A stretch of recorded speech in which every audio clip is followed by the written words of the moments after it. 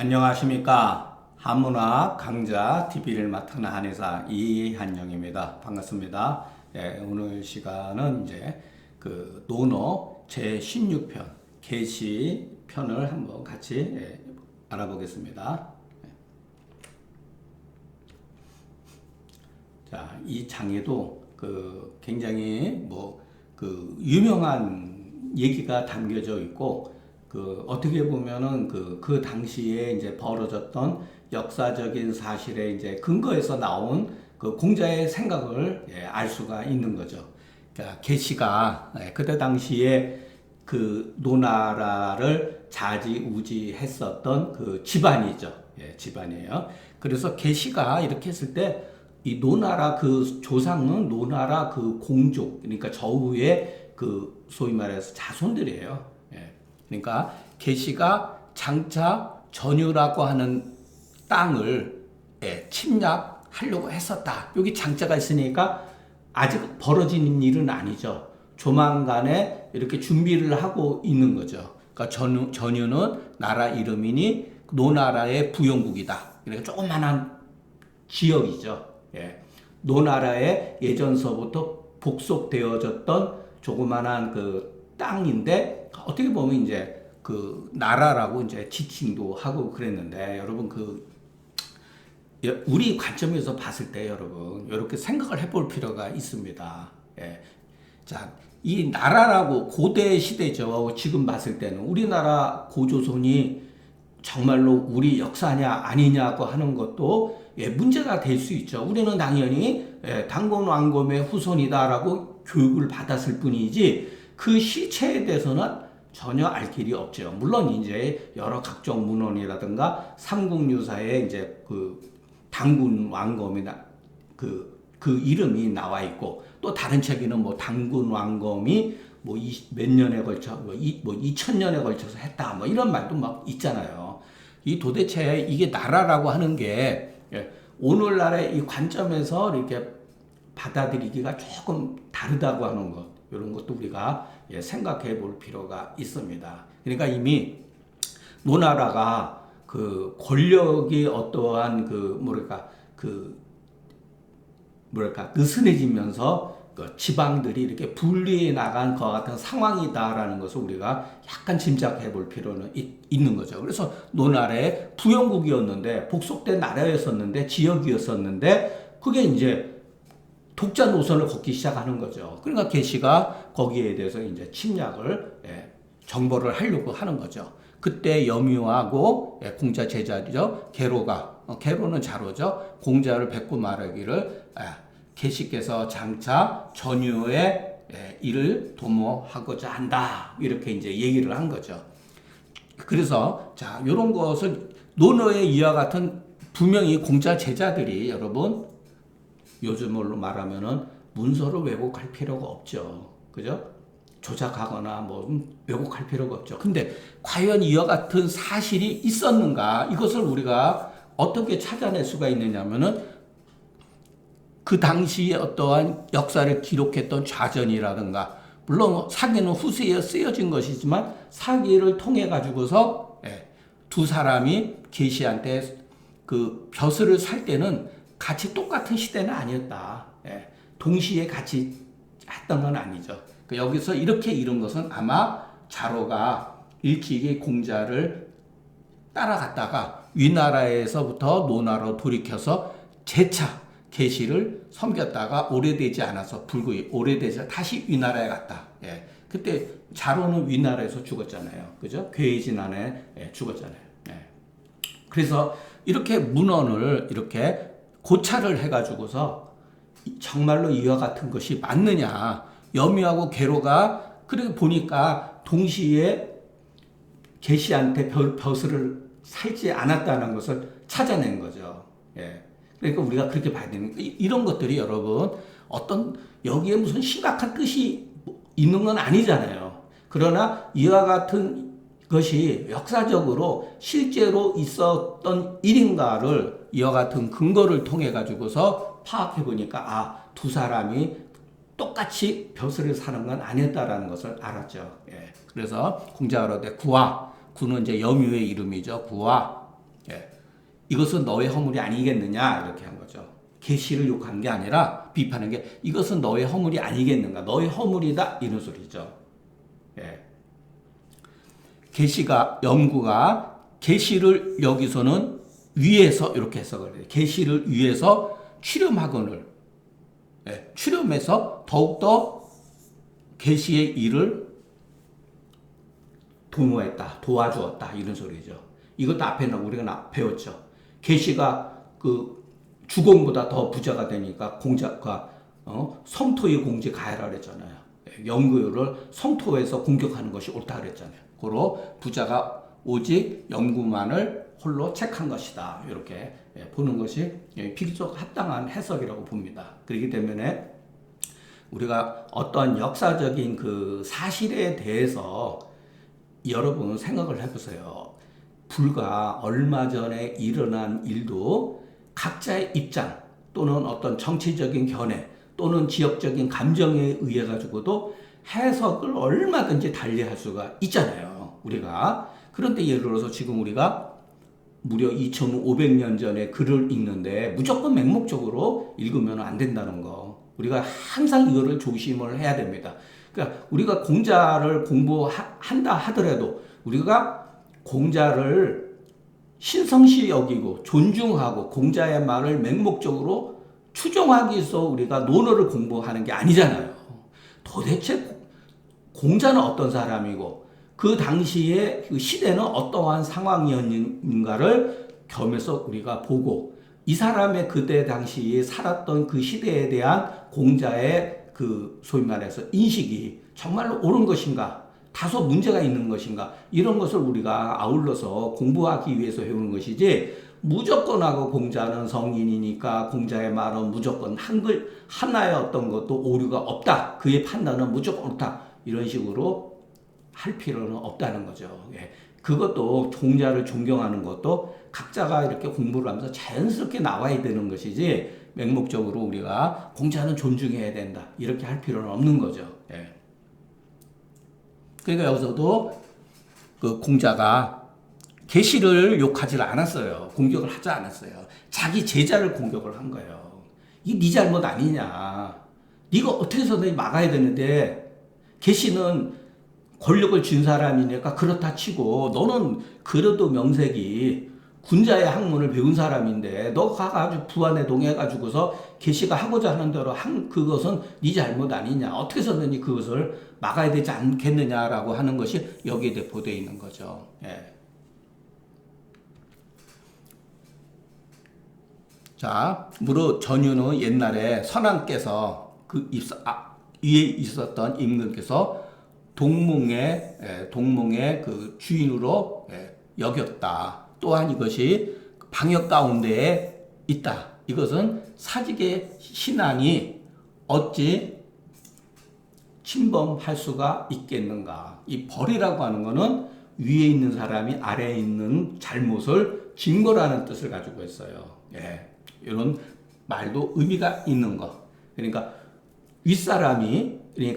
윗사람이라고 하는 건 뭐냐면은 일종의 이 당시 봉건 시대잖아요. 예, 봉건 제후 시대니까 예, 천자는 제후를 벌을 할 수가 있죠.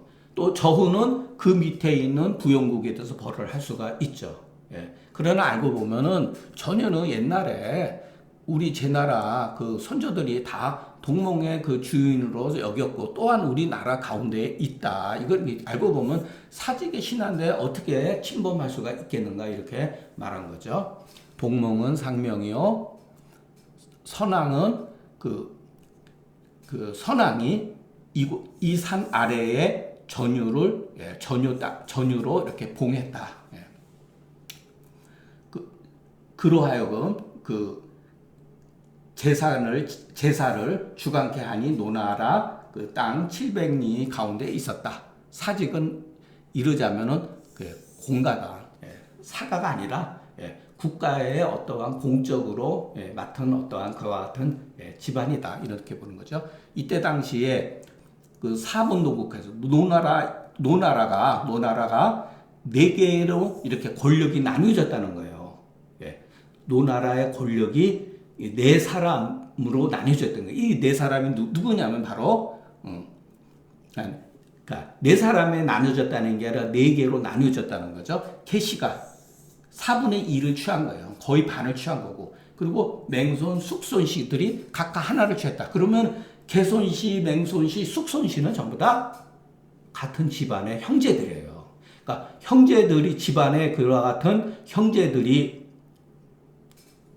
권력을 분한 거죠. 이 개는 뭐죠? 맞개자잖아요. 그죠? 그러니까 큰형, 둘째형, 맨 마지막 형 이런 소리죠. 그 집안끼리 다 해먹는 거죠. 예. 그래서 부용지국이 오히려 공신이 되었는데, 예.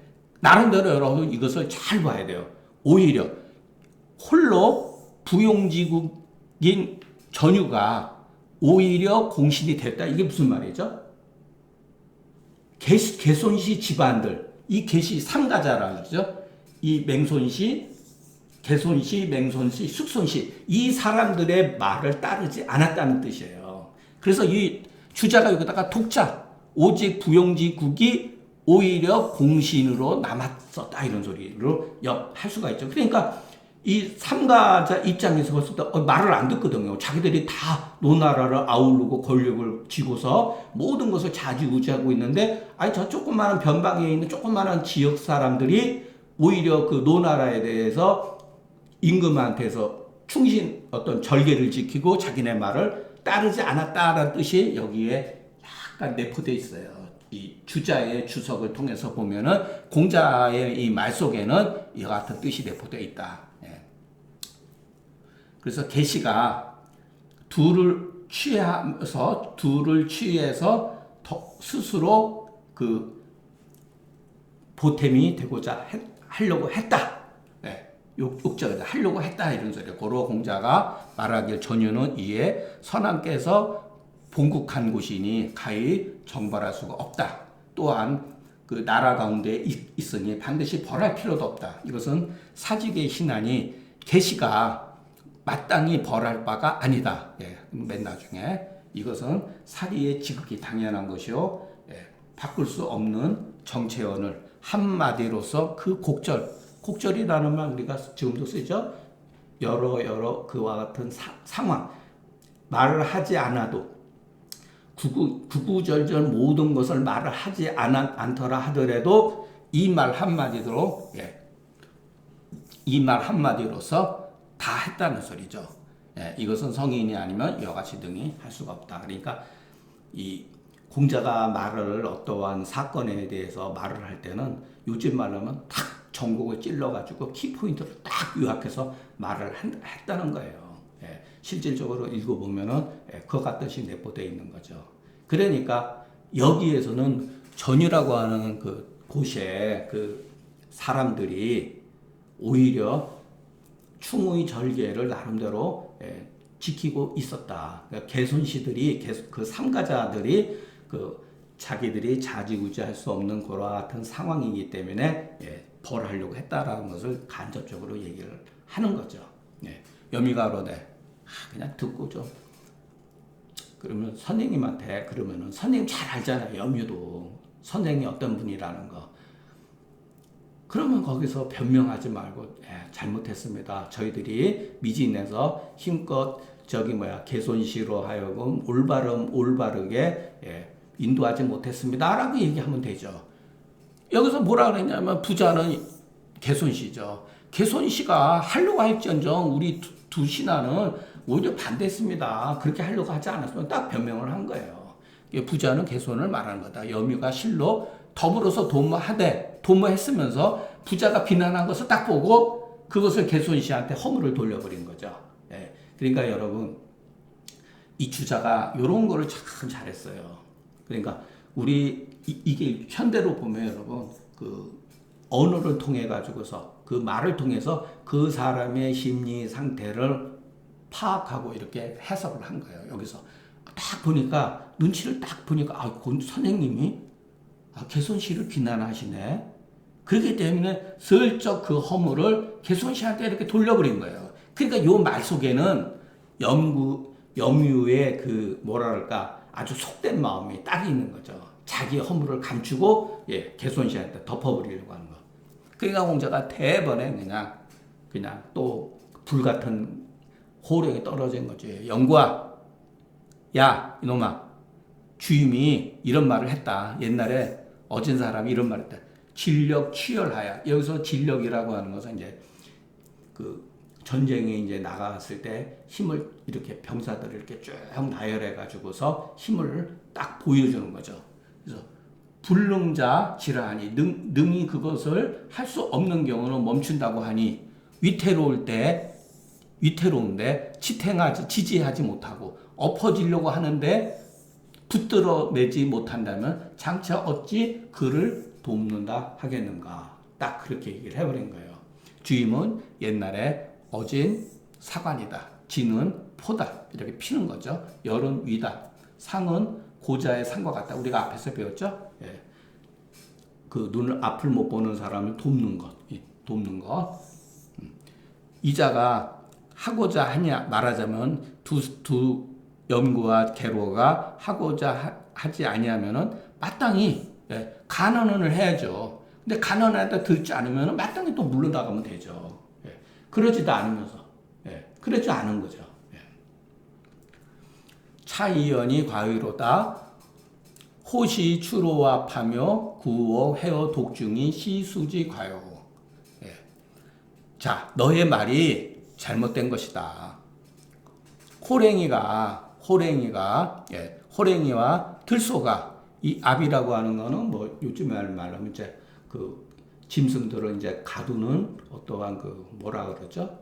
울타리라고 보면 되죠. 울타리를 벗어나고 구옥이 그 독중에서 그 괴라고 하죠. 우리가 예전에 뭐 금괴유략할 때 괴짝 있죠. 좋은 괴짝에서 훼손이 되면 이것은 누구의 잘못이냐?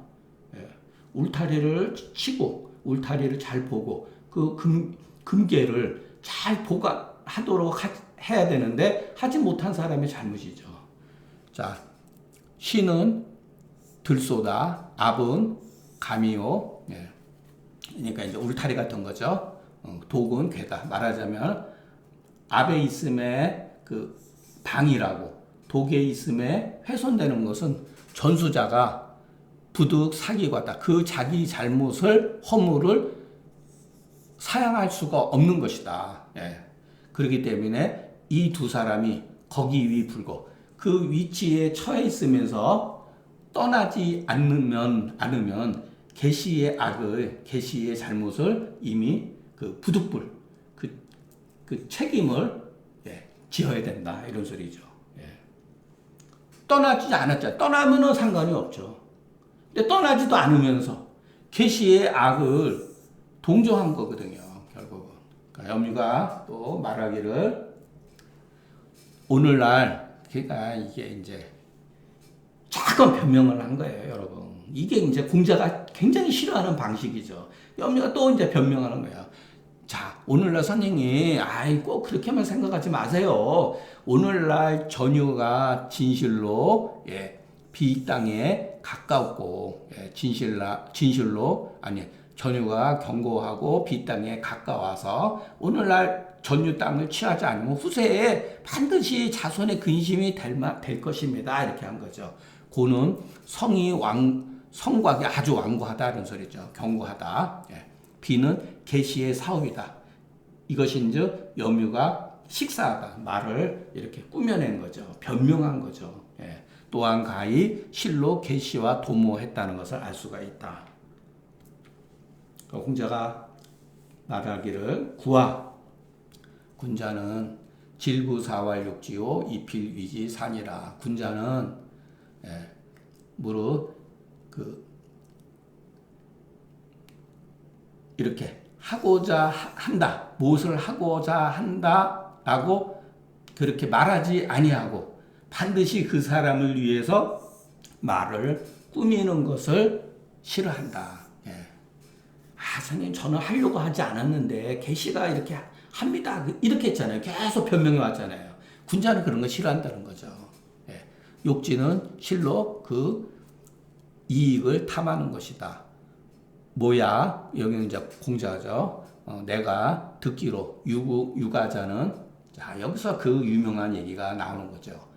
재물이 적은 것을 재물이 적은 것을 근심하지 않고 그것이 불균한 것을 오히려 근심한다. 그리고 가난한 것을 근심하지 아니하고 불안한 것을 근심한다. 여러분 이거 얼마든지 뭐 오늘날도 적용이 되잖아요. 결국 사회 문제가 이것에 의해서 그 부익부 빈익빈이라든가 어떤 노동의 어떤 그런 문제라든가 어떤 뭐 노동자 입장에서는 자기들은 열심히 뼈 빠지게 일하고 했는데 회사에서 뭐 잘려나간다든가 회사의 경영 상태가 나빠서 잘려나간다 이런 것들이 어떻게 보면 사회적인 문제가 되잖아요. 그러니까 뭐 저는 일방적으로 무조건 뭐 노동자 편을 쓰거나 그러지는 않습니다. 그렇다고 또 무조건 재벌을 옹호할 필요도 없어요. 저 같은 소시민이 그것을 뭘 왜 걱정하겠습니까? 그러나 지도자 입장에서는 이것은 어제 오늘의 문제가 아니라 계속 반복되어지는 문제죠, 여러분. 요거는 우리가 생각해 볼 필요가 있죠. 균등하면은 이게 여기로 여러분 이거 잘못 이해하면 이것도 큰일 납니다. 이게 누구나 똑같이 공평하게 균등을 할 것 같으면 비난이 없고 말 뜻은 그렇게 되죠. 그러나 이것도 문제가 있죠. 자, 우리가 이제 현대 자동차에 봅시다. 현대 자동차가 실적이 굉장히 높아졌어요. 수출을 잘해가지고 내수 경기도 좋고 외수 경기도 좋아가지고 수출도 좋아가지고 아주 그냥 전년에 대비해서 어마어마하게 그 뭐 10% 정도 그 성장률을 보였다.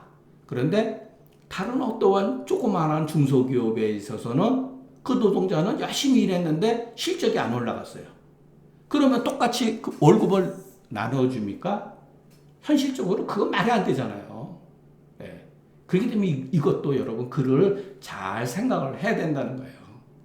이거 여기서 말하는 것은 그런 정도로 말한 건 아니라 국가에서 재정적인 문제를 가지고 이렇게 일반적으로 얘기한 것입니다. 그러니까 균등하게 어느 정도 나눠지면은 가난함이 없고 백성들 간에 윗사람과 아랫사람들 또 이런 것들이 조화를 이루면은 허물이 어떤 과가 적은 것이 없게 된다. 그리고 그 편안해지면은 국가나 사회가 엎어지는 게 없게 된다. 뭐 이런 뜻이죠. 근데 여러분 조선시대에 예를 들어서 세금 낼 때는 양반은 세금 냈습니까? 권력만 유지했지 자기 권리만 주장을 했지 세금을 내지 않았어요. 세금 누가 했어요? 전부 다 중인 이하의 계급들이 전부 다 세금 낸 거 아니에요. 그 얼마 전에 제가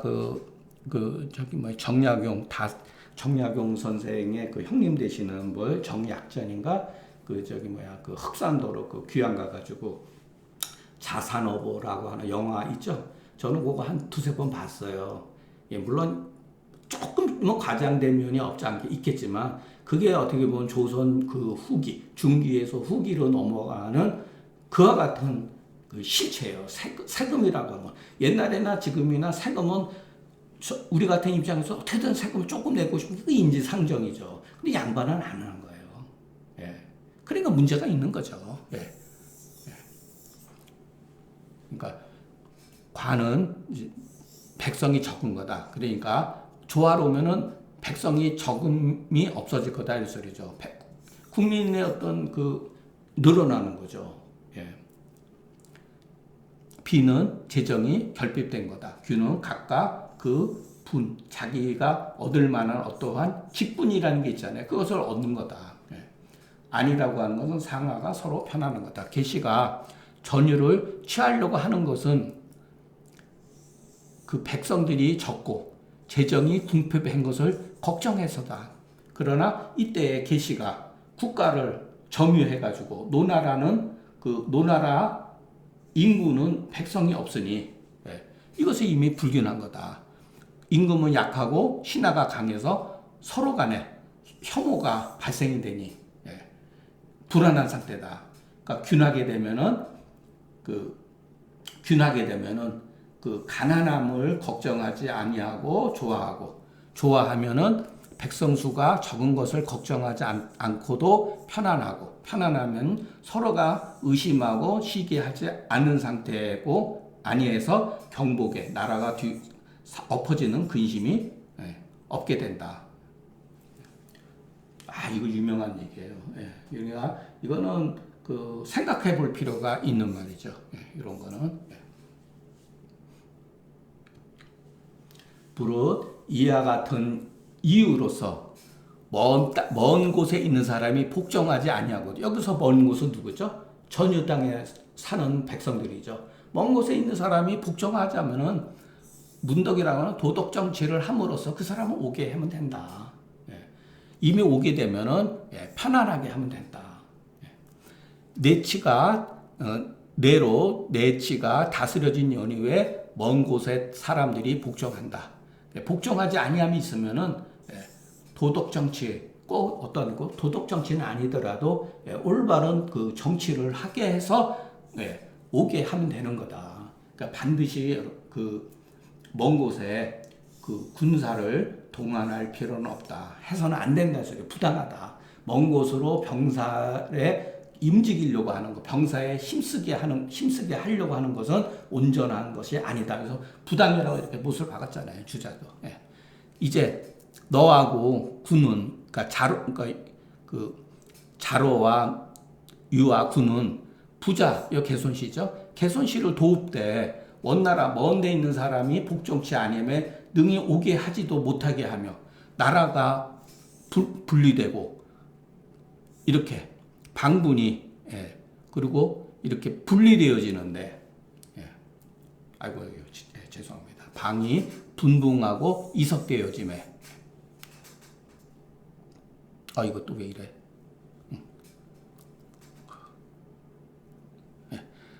방이 분봉 이석되어짐에 분열되어진다는 거죠. 능히 지키지 못하고 이런 소리죠. 자로가 비록 더불어 도모해지는 않았으나 본래 능히 의로서 자로를 돕지 못하고 또한 그 죄가 없다고 할 수가 없다. 그래서 아울러 책한 것이다. 원나라 먼 곳의 사람은 전유를 이룬 것이다.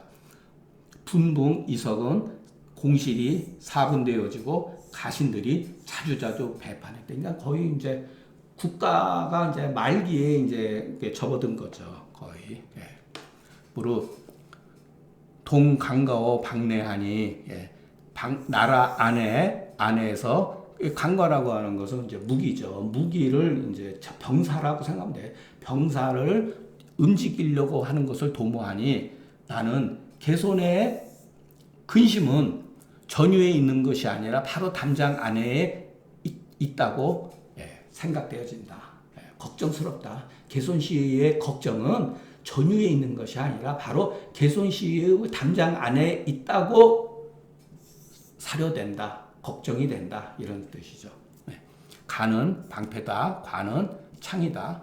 그 소장은 울타리다. 말하자면 불균불화하면은 내변이 장차 일어날 거다. 그 외에 정말로 애공이 과연 그 월나라로서 노를 벌하고 개시를 제거하려고 했었어요.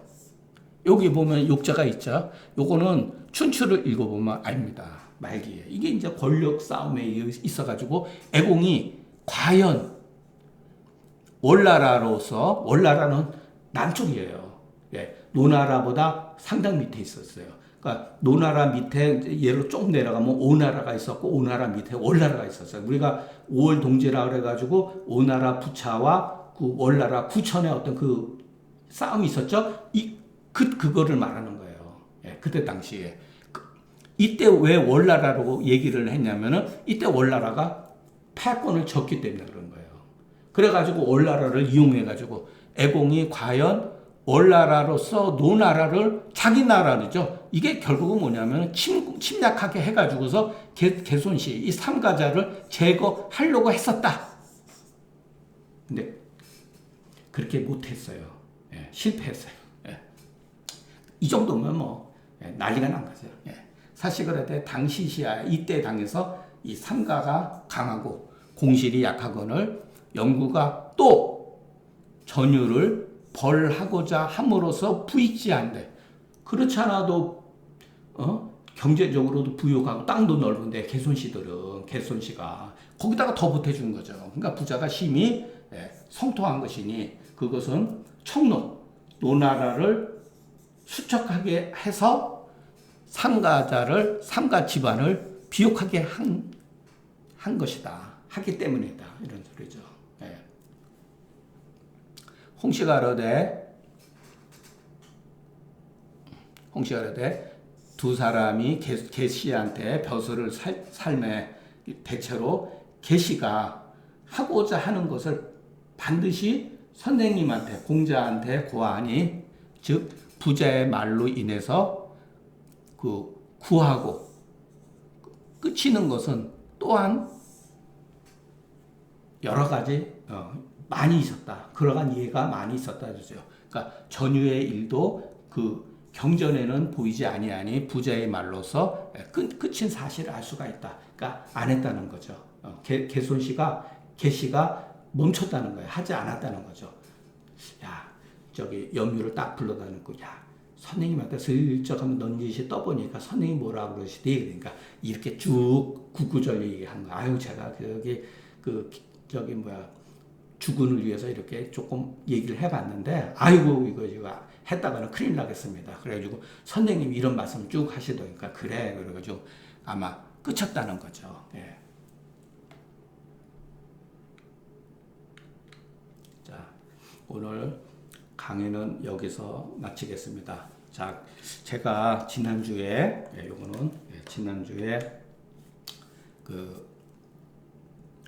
저희 회원인데 저하고 개인적으로 한 번도 얼굴을 본 적은 없지만 전화 통화도 많이 하고 외관에서 경상남도 외관에서 한의원 하시는 정재우 원장님이 필사로 이분은 무슨 노자 도덕경도 그러고 전부 다 글로 이렇게 필사를 했다고 그러시더라고요. 그래서 제가 전화로 강평분 상한론도 했다고 그러는데 여유분 있으면 달라고 했더니 한 10권을 보내주셨어요. 자, 우리 상한론 역사에서 제가 한번 여러분들한테 예전에 이거에 대해서 강의한 적인데 이 강평이라고 하는 것은 일본의 어느 천재 제가 이거 다 잊어버렸습니다. 아이고, 이거 한번 일본의 옛날 지금서부터 한 1000년 이전에 연호예요. 그때 어떠한 상한론이 나타난 거죠. 상한론이 이렇게 나타났는데 여러분 잘 안 보이시죠? 이렇게 돼 있는데 이게 여러분 생각을 해보세요. 제가 왜 이것을 여러분들한테 말씀드리냐면은 왜 우리나라에는 이 상한론이 없는가?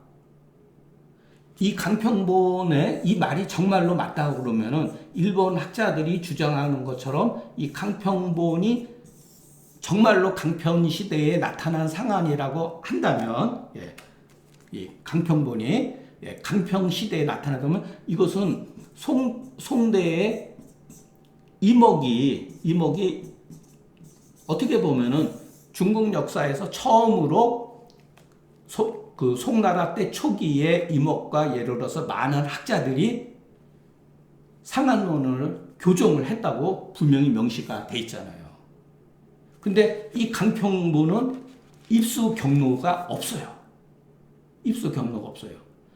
분명히 어떻게 보면은 상한론이 전수되는 과정 중에서 어떤 일부가 우리나라를 거치지 않고서 조선을 거치지 않고서 일본으로 넘어갔다는 거예요. 그러면 이 책은 어떻게 해서 넘어갔을까요? 그러면은 바닷길밖에 없죠. 우리가 생각할 때 일본은 여러분 해양 기술이 상당히 발달했다고 보면 됩니다. 그리고 왜라고 하는 세력은 우리 삼국시대 이전서부터 남쪽 지방을 왔다 갔다 자유롭게 정말 왔다 갔다 하면서 약탈도 하고 요즘에 말하면 해적이죠. 왜는 일종의 해적 집단이라고 볼 수가 있습니다. 예, 어떻게 보면 그러니까 해적을 우리는 나쁘게 보는데 서양에도 여러분 영국의 어떤 그 엘리자베스 1세가 그때 당시 그 스페인의 무적 함대를 물리쳤을 때 영국의 그 함대도 해적이에요. 전부 다 해적 출신들이 와서 물리친 겁니다. 예. 계약을 해가지고 그렇게 한 거기 때문에. 그러면은 이 강평본이 우리나라에는 그러니까 이와 같은 판본은 우리 강평본이라 하면 안 되죠. 이와 같은 판본은 우리는 없는데 일본은 가지고 있다는 거죠. 예. 이게 그 이목이 교정했던 것보다 몇십 년 거의 동시대인데 조금 더 빨라요. 이 책이. 예. 그러니까 그 나름대로 여러분 이 강평본이 가지고 있는 물론 여기에 또 계림본이라는 것도 있고 뭐 여러 가지 있잖아요. 심지어는 그 도난본도 있다 그러는데 제가 그런 거 다 일일이 예, 모릅니다. 보지도 못했고. 예. 그러니까 그래도 이목이 교정한 것은 역사적으로 어떠한 상한론 전수 가운데에 중국에서 나름대로 국가에서 보관하고 있었던 책이죠. 예. 실질적으로 우리가 이 이목의 그 책이 바로 출판이 되었다고는 할 수는 있는데 실질적으로 우리가 공부하고 있는 것은 이 뒤로 이목이 뒤에 한 250년에 한 300년 뒤에 가서 명나라 때 조계미가 다시 재출판한 것이 바로 우리가 지금 보고 있는 거죠. 그렇기 때문에 강평본이 가지고 있는 그 역사적인 어떤 의미라든가 이것은 굉장히 중요하다라고 볼 수가 있어요. 다만 강평본이 어떻게 해서 중국에서 어떻게 해서 일본으로 넘어갔는지는 약간 미스테리고 아마 바다 쪽으로 간 게 아니겠는가 이렇게 저는 개인적으로 추정을 합니다. 그러니까 우리가 어떤 공부를 할 때 거기에 이제 문자적인 해석도 중요하고 그렇지만은 항상 어떤 그 이면의 역사적인 것들을 생각하는 것을 그 하는 버릇을 갖는 것이 저는 좋다고 봅니다. 자, 오늘 강연 여기서 마치고 경청해 주셔서 감사합니다.